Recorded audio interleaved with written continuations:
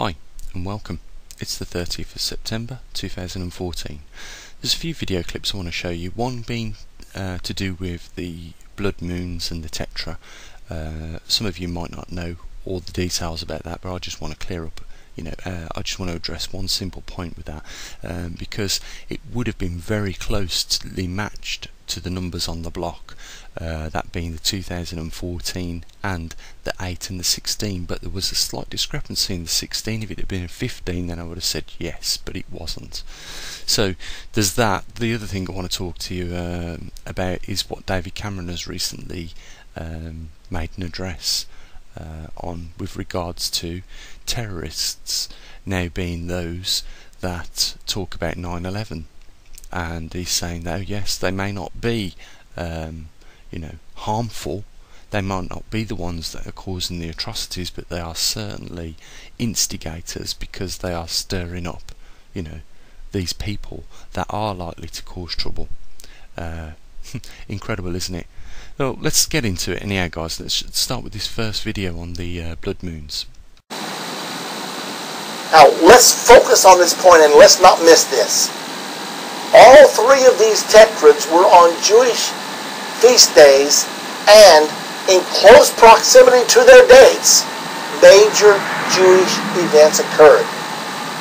Now the only three tetrads matching feast days in the last 500 years have all fallen remarkably close to major events in Jewish history. Now, it's about to happen for the fourth time. There are 4 blood moons just ahead.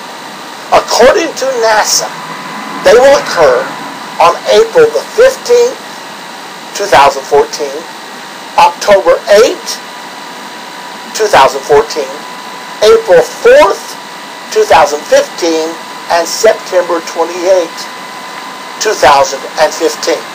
So just to clarify a few things, when he's talking about tetras, he's talking about these 4 moons. It's the old Greek numerology numbering system: mono, bi, tri, tetra.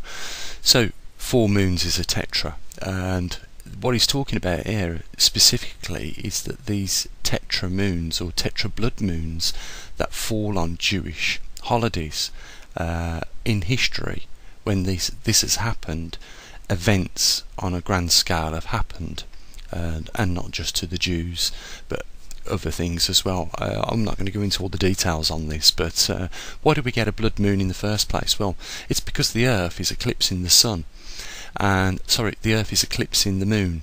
So the sun is in front of the Earth is in front of the moon, and the Earth is blocking the actual light penetrating the moon. What's happening? Why is it going red then?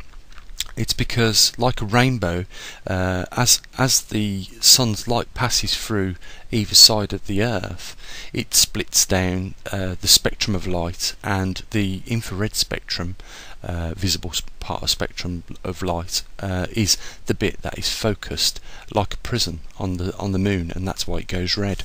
And they're quite a rare event to get tetras, and they're even more of a rare event to get tetras that form, or tetra blood moons that fall on the Jewish holidays. And this is what this guy's talking about. He's saying that this tetra is going to fall on a time that coincides with Jewish holidays, and if we just look at what's happened in history with regards to that, it's been a sign. The other thing is, you might remember in the Holy Bible where it talks of the sun having like a sackcloth drawn over it, and the moon appearing as blood. This could be astronomical signs that have been witnessed by our ancestors, and as a result certain occurrences have happened that have been noticeable or related coincidentally with these events. But there you go. You can see where I was going with this, with the numbers on the Georgia Guidestone, on the recent numbers that we found when the block was thrown out of the Georgia Guidestone. So we could see that one of the numbers was 8. Right now, if this 15, and it was close, if it had been a 16, then yeah, I'd have been tending more along the lines of this being, what was being trying to be portrayed by the bloc, and probably the coding of those numbers, I would have said definitely, something to, this is linking up nicely with the blood moon tetras, but it's a 15 at the end of the day and not a 16, so we can't use it, unfortunately. Even just bending the rules slightly when you're trying to find out things will lead to even further random uncertainty, so you have to carry it for what it is and tell it for what it is. So the fact that these tetras are occurring in their own right, putting the Georgia Guidestones to the side, is, of interest to me. I follow things like this, so I'll be keeping an eye on these and see how this plays out. For sure, the Middle East, is like dry kindle. The slight spark on any part of that could, go up in flames, and Israel is right there. There is a lot of things that shouldn't be happening right now. I mean, Israel isn't even supposed to have its own state, and it has. So this is all leading to something. This is what I've been saying to you guys. It's not just the noticeable effects of climate. It's just that there ain't many scientists that are prepared to say, look, all this is linked in some way, and it is. It's not very clear to how it is all linked, and whether it's even possible to link some of these things to this by human standards. What I'm saying is this is occurring on a lot bigger scale, and it's just way too big for any of us to work out what's going on. But we are seeing something. I do believe that you would even agree with me on this. We are seeing not just noticeable signs in climate change, but we are seeing ourselves throughout the earth, over the globe. We are seeing changes before our very eyes, and the governments that are in control are failing to keep grasps. As the days go by from this point in time, as they have been for the last 20 years, things have been progressively getting worse, and the trend suggests it's not going to improve. It's like that graph when we look at sunspots. We can see that the sunspots are at some point going to dwindle out, and that's what intrigues me, to keep looking into this stuff more and more, because as we find out more and more stuff, the bigger picture, I believe, is going to become clearer. I was talking about global upheaval. Just recently, China, there's been a lot of demonstrations in Hong Kong. The people came out to overpower the police force that was there days before. This is us now taking a stand for our own selves. This is what we're seeing throughout Europe. This is what we've seen just recently here with Scotland wanting its independence and losing its opportunity through the cabal corrupt system that is in place right now in the UK, rigging that vote. They should demand a revote for that, and try and secure the voting process a little bit more than what they did. I believe they've been cheated out of what they was trying to achieve over there. But I did say this, and I said it to my wife. I said, whether Scotland get their independence or not, the fact that they was offered, and they are going to get more governmental control over their country, the rest of the UK is now following suit and demanding the same. We've got Wales demanding the same, Ireland demanding the same, and not just that, we've got the shires like Warwickshire, Shropshire, all the shires of the United Kingdom or England, demanding more executive decision-making roles within the local communities. What I'm saying is that Westminster is fragmenting before our own eyes, and they are losing control, and they know it, and that's why they're going to the extremes, such as now rigging votes. Where's all this coming from? It's It's coming from channels like this one on the internet, informing people of what they've been up to, how much they've been stealing, and the double standards and hypocrisy. That's where this is all coming from, these channels. And this is where we lead to the next video in this, because now David Cameron is going after people such as the 9/11 truthers. He even states it, well, these people are crazy, they blame Jewish people for this 9/11, and it's, although they're not directly related to causing severe offences and harming other human beings and going to the point where they're exploding and detonating bombs, they are instigators. And they're like, what he could have done is used a better word, I think, and just said shit stirrers. These people stir up trouble, and other people that are inclined to do these atrocities do them because of what they've been seeing. It's the alternative media that David Cameron's attacking in this next video. Have a listen for yourselves. Cause of this terrorist threat is a poisonous ideology of Islamist extremism. This is nothing to do with Islam, which is a peaceful religion which inspires countless acts of generosity every day. Islamist extremism, on the other hand, believes in using the most brutal forms of terrorism to force people to accept a warped worldview and to live in a quasi-medieval state. To defeat ISIL and organizations like it, we must defeat this ideology in all its forms. As evidence emerges about the backgrounds of those convicted of terrorist offences, it is clear that many of them were initially influenced by preachers who claim not to encourage violence, but whose worldview can be used as a justification for it. We know this worldview, the peddling of lies, that 9/11 was somehow a Jewish plot, or that the 7/7 London attacks were staged. The idea that Muslims are persecuted all over the world as a deliberate act of Western policy. The concept of an inevitable clash of civilizations.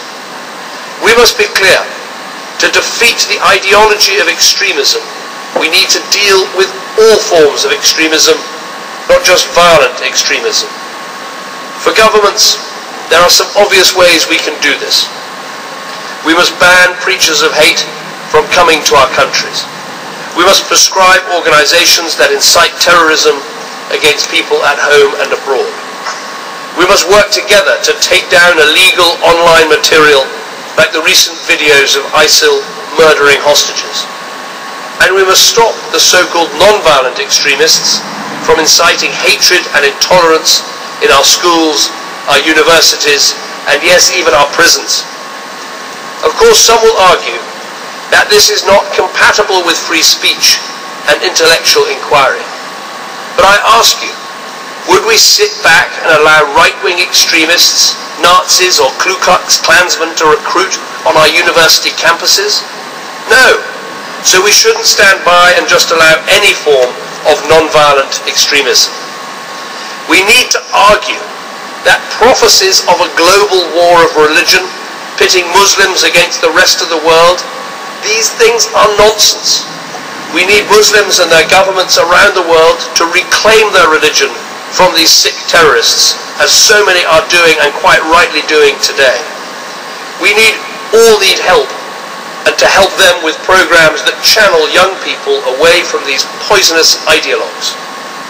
And we need the strongest possible international focus on tackling this ideology, which is why here at the United Nations, the United Kingdom is calling for a new special representative on extremism. And as you can hear for yourself, guys, he's calling people non-violent extremists that peddle lies that 9/11 was a plot carried out by the Jews, and that the 7/7 event was a staged event.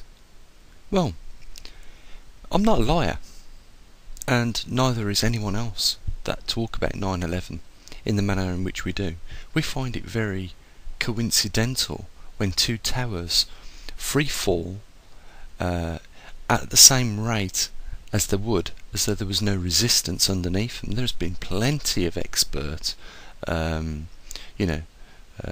experiments carried out on this. It just doesn't happen, and the fact that they fell on the spot that they was built on suggests that there was more than just two planes involved in that accident that brought the Twin Towers down. That there could have quite also been controlled explosives, especially when you have eyewitnesses accounts that was below the area of the building where the planes had gone in, and they had run down the stairwells. When they got into the foyer, as well as hearing explosions on the way down there, by the time they got into the foyer in the World Trade Center, it was destroyed.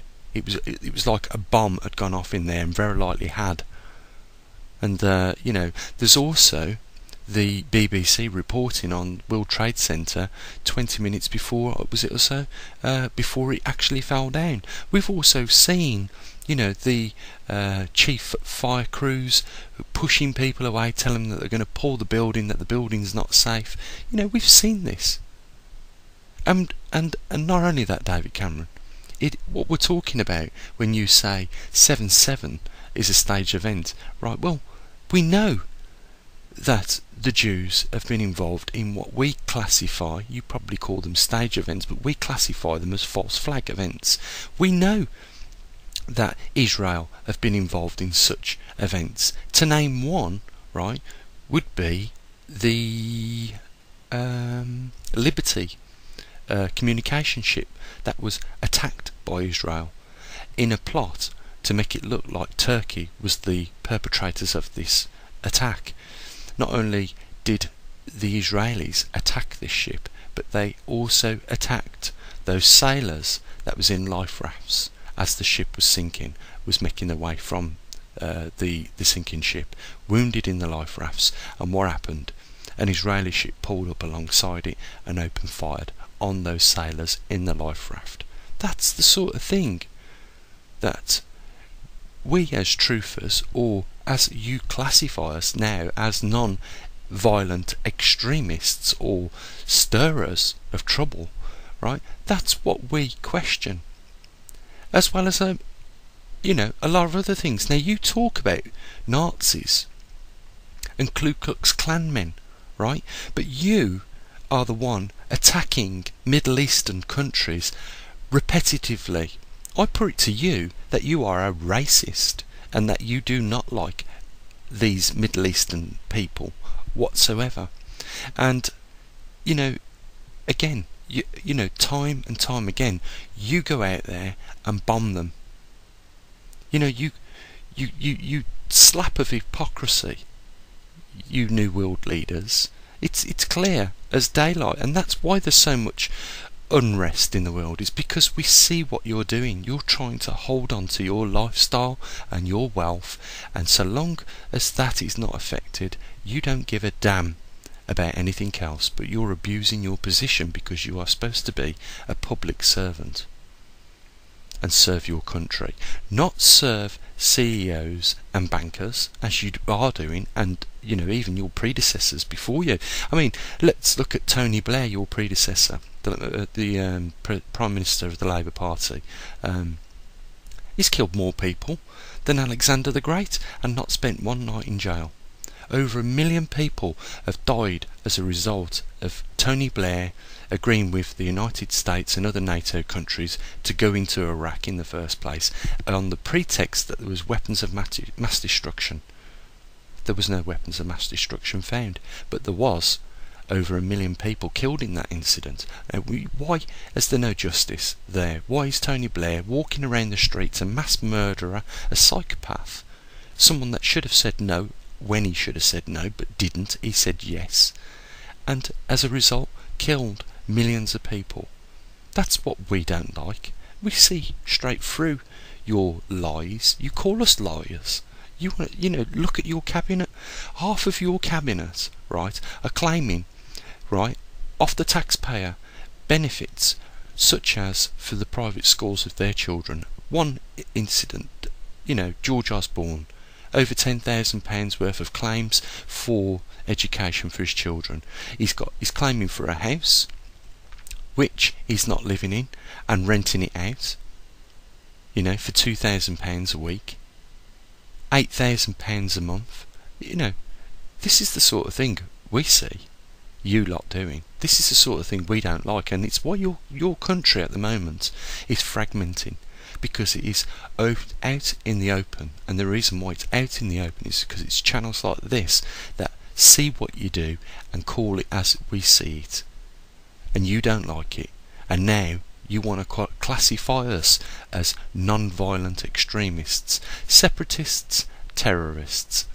All the same to you, isn't it, David Cameron? You see, I see it this way: one man's freedom fighter is another man's terrorist, and it just depends on how you view it.